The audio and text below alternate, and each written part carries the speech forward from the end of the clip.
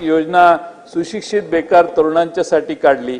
8,000 10,000 त्यांना देतो म्हणून सरकारने सांगितलं आणि 10 लाख लोकांना मुलांना मुलींना काम करायची संधी द्यायचं ठरलेलं, पण सरकारने 1,32,000 का काहीतरी संख्येला 8 आणि 10,000 रुपये दिले। निवडणूक होण्याच्या आधी ही अतिशय अभिनव योजना काढण्यात आली आणि अध्यक्ष महोदय आता ते उपोषणाला मध्ये धरणं धरून ते आझाद मैदानात बसलेले होते आणि त्यांची मागणी एवढीच होती की आम्हाला आश्वासन काय होतं, माननीय मुख्यमंत्री महोदय, उपमुख्यमंत्री, माननीय तत्कालीन मुख्यमंत्री महोदय आणि आत्ताचे मुख्यमंत्री महोदय आणि लोढाजी या तिघांचे त्यांनी बाईट दाखवले मला। त्यामध्ये त्यांचं व्हिडिओ आहेत की आपल्याला ही अभिनव योजना आम्ही लागू केलेली आहे, 11 महिन्याचा कालावधी झाल्यावर तुम्हाला त्या ठिकाणी आम्ही कायम करू। त्यामुळे ते इथे येऊन बसलेले आहेत।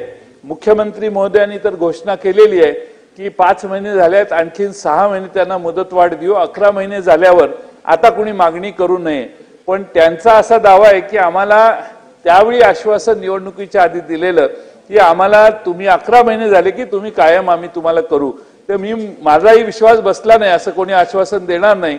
तर त्यांनी मला व्हिडिओज दाखवले की हे बघा, आणि तिघांचे व्हिडिओ आहेत, फडणवीस साहेबांचे आहेत, एकनाथ शिंदे साहेबांचे आहेत आणि आपल्या लोढा साहेबांचे पण आहेत कि हम आपको कायम कर देंगे, आप चिंता मत करो, आप ये बड़ी स्कीम हमने महाराष्ट्र सरकार ने निकाली है, 10 लाख लोकांना रोजगार मिळणार म्हटल्यावर सगळे खुश झाले, आम्ही खुश झालो। पण आता ते इथे येऊन दारात बसलेले आहेत, त्यांना असं वाटतंय की आपली फसवणूक झाली, आपल्याला मोठं आश्वासन मिळालं, परंतु 1,32,000 मुलं महाराष्ट्रात मुलं मुली आहेत की ज्यांना आता आपण नोकरीला कायम होणार असं वाटत होतं, त्यांनी आहे त्या नोकऱ्या सोडल्या आणि इकडे नोकऱ्या घेतल्या। आज त्यांना निराशा पदरी आली आहे, त्याचाही शासनाने गांभीर्याने विचार करावा। मुख्यमंत्री महोदयांनी मात्र स्पष्ट सांगितलंय याचा कोणताही विचार करू नका, तुम्ही काही पुढे आग्रह करू नका।